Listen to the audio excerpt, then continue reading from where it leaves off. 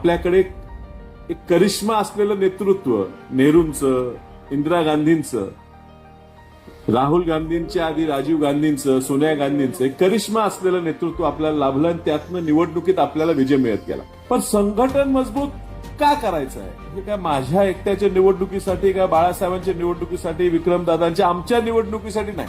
पूर्वी म्हणायचो ना आपण, दगड उभा केला तरी सांगलीत काँग्रेसचाच निवडून येणार. नेहमी भेट असल्यामुळे मन मोकळेपणाने तुमच्या अडचणी, तुमच्या अपेक्षा, तुमच्या आकांक्षा तुम्हाला आम्हाला सांगता येत नसतील. ह्या सांगली जिल्ह्यात आपण चिन्ह नसताना काँग्रेसचा खासदार निवडून आणला. ही आमच्या सोडून कुणाच्या तक्रारी करू नयेत, एकामेकाच्या तक्रारी करू नये. आमच्या नेत्याच्या तक्रारी करायच्या असतील तर खुशाल करा. सांगली जिल्हा काँग्रेस कमिटीच्या संघटन सृजन अभियान कार्यक्रमासाठी आवर्जून खास करून आपल्या देशाच्या काँग्रेस पक्षाच्या वतीनं या ठिकाणी आपल्याला निरीक्षक म्हणून, प्रमुख म्हणून या ठिकाणी लाभलेले तेलंगणाच्या जुक्कल मतदारसंघाचे आमदार माननीय लक्ष्मीकांतरावजी, या ठिकाणी उपस्थित असलेले तुम्हा आम्हाचे सर्वांचे नेते, राज्याचे माजी मंत्री, विद्यमान पलूस कडेगावचे आमदार डॉक्टर विश्वजीतजी कदमजी, आपल्या शेजारच्या मतदारसंघाच्या खासदार आणि दिल्लीत आपले सगळ्यांचे मुद्दे आधी पोटतिडकीने मांडणाऱ्या माननीय खासदार प्रणितीताई शिंदे, या ठिकाणी उपस्थित असलेले माजी आमदार विक्रमदादा सावंत, माजी आमदार दीप्तीताई चौधरी, निरीक्षक म्हणून प्रदेश काँग्रेसकडनं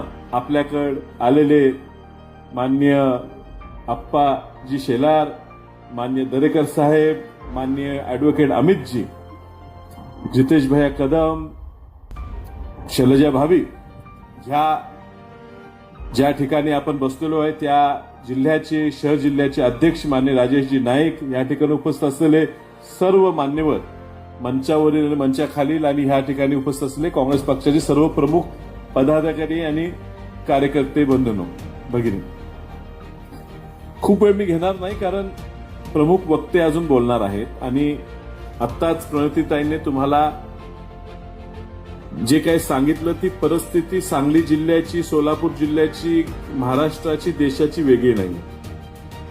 पूर्वीपासून आपला जो पक्ष होता तो सुरुवातीला संघटन मजबूत असलेला पक्ष होता. आपल्याकडे एक करिश्मा असलेलं नेतृत्व, नेहरूंचं, इंदिरा गांधींचं, राहुल गांधींच्या आधी राजीव गांधींचं, सोनिया गांधींचं एक करिश्मा असलेलं नेतृत्व आपल्याला लाभलं आणि त्यातनं निवडणुकीत आपल्याला विजय मिळत गेला. पण तुम्ही सांगली जिल्हा सुद्धा ओळखाल, कदाचित तुम्हाला सगळ्यांना पूर्वीच्या गोष्टी माहीत नसतील, पण सांगली जिल्ह्याचं काँग्रेस पक्षाचं संघटन एवढं बळकट होतं की बाहेरच्या जिल्ह्यातनंच नव्हे तर बाहेरच्या विभागातनं, विदर्भातनं सुद्धा आपल्याकडे येऊन मला वाटते आमदार, विधान परिषदेचे, स्थानिक स्वराज्याचे ह्या ठिकाणून आपण निवडून द्यायचे. खूप वर्ष झाले नाहीत, पण आपल्या शेजारच्या मतदारसंघाचे माजी आमदार जयवंतराव आवळेजी हे ह्या विभागातनं लातूरला गेले आणि लातूरला जयवंतराव आवळे साहेब खासदार म्हणून निवडून आले. लातूर आणि कोल्हापूर जिल्हा, इचलकरंजी, हातकणंगले ह्या भागात हे संघटन मजबूत झाल्यावर. पण संघटन मजबूत का करायचं आहे? हे काय माझ्या एकट्याच्या निवडणुकीसाठी, काय बाळासाहेबांच्या निवडणुकीसाठी, विक्रमदादांच्या, आमच्या निवडणुकीसाठी नाही. संघटन यासाठी मजबूत करायचं आहे की एखादा सामान्य कार्यकर्ता, कदाचित त्याची आर्थिक परिस्थिती इतर लोकांसारखी नसेल, कदाचित जातीय समीकरण त्याच्या फायद्याचे नसतील, मतदारसंघात त्याला मतदान करणारी जी लोक आहेत ती त्याच्या जातीची, जमातीची, धर्माची नसतील, पण संघटन ज्या वेळेला सक्षम होते त्यामुळे जो व्यक्ती उभा करेल, पूर्वी म्हणायचो ना आपण, दगड उभा केला तरी सांगलीत काँग्रेसचाच निवडून येणार. ही जी आपली संघटना बळकट होती, कुठेतरी आपण मागे पडलो. अर्थात त्यात काही गोष्टी युती आणि आघाडीच्या सुद्धा आहेत. राष्ट्रवादी आघाडी केली, त्यांच्या मतदारसंघात तिथं आमदार निवडून आले, आपण तो मतदारसंघाकडे दुर्लक्ष केलं. तुम्ही सुद्धा आमच्याकडे तक्रार देशील, कदाचित शिराळा, वाळवा, तासगाव ह्या ठिकाणी विद्यमान आमदार राष्ट्रवादीचे राहिले, आपण कुठेतरी कमी पडलो, ही तुमची तक्रार असणार.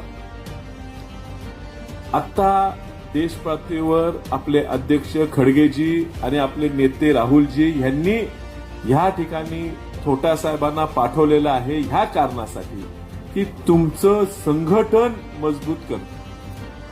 आम्ही तुम्हाला रोज बघतो त्यामुळे आम्हाला कधीतरी हो दे चालले अशी भावना होऊ नये म्हणून बाहेरनं या ठिकाणी लोक आलेली आहेत. तुमच्या सगळ्यांशी बोलणार आहात. कदाचित नेहमी भेट असल्यामुळे मन मोकळेपणाने तुमच्या अडचणी, तुमच्या अपेक्षा, तुमच्या आकांक्षा तुम्हाला आम्हाला सांगता येत नसते.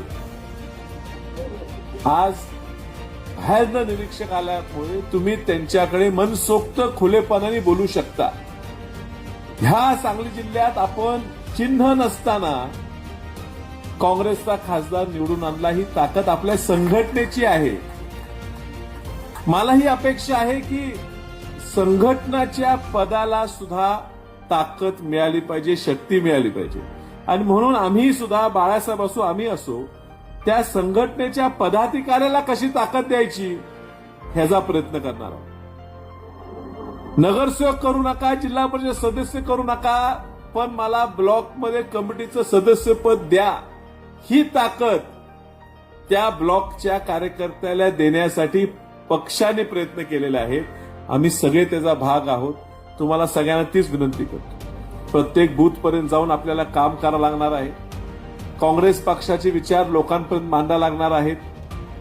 समोरनं जो मोबाईलवर बसून काहीतरी कमेंट मारतो, सोशल मीडियावर काहीतरी टाकतो, त्याला तिथल्या तिथं उत्तर द्यायची सुद्धा आपल्यात ताकद पाहिजे. ती ताकद निर्माण करायला आपल्याला आपल्या पक्षाचे विचार हे पूर्णपणे आपल्या मनात, डोक्यात शिरले पाहिजे.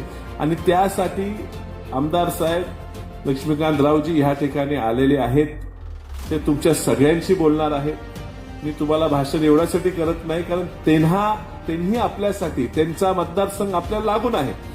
भारत जोडो यात्रा ज्या वेळेला महाराष्ट्रात आली देगलूर मतदारसंघात, तर त्या ठिकाणी ती जुकळ मतदारसंघातनं आपल्याकडे आलेली आहे. म्हणजे आपले तसे बॉर्डरचेच आमदार आहेत आणि त्यामुळे मराठी त्यांना कळत नाही असं कुणी धरू नये. कारण नाही म्हटले तर थोडं 100% कळत असणार. त्यामुळे काहीतरी बोलायला जाशीला आणि अडचणीत येशीला आम्ही पण सावध आहे. त्यामुळे सगळ्यांनी मनापासून शक्यतो आमच्या सोडून कुणाच्या तक्रारी करू नयेत, एकामेकाच्या तक्रारी करू नयेत. आमच्या नेत्याच्या तक्रारी करायच्या असतील तर खुशाल करा, पण एकामेकाची तक्रारी न करता काय पक्षासाठी पुढे करता येईल, काय केलं पाहिजे, कशी संघटना बळकट केली पाहिजे, कसं लोकांपर्यंत गेलं पाहिजे, कशी लोकांच्या अडचणी काय आहेत, जाती समीकरणं काय आहेत, ती पूर्ण माहिती तुम्ही त्यांना दिली तर त्यांनाही आपला रिपोर्ट तयार करायला सुलभता येईल. तुम्ही सगळे एवढ्या कमी वेळेत सांगून सुद्धा एवढ्या मोठ्या संख्येने या ठिकाणी उपस्थित झालाय याबद्दल तुमच्या सगळ्यांचं मी आभार मानतो. आपली रजा घेतो. नमस्कार.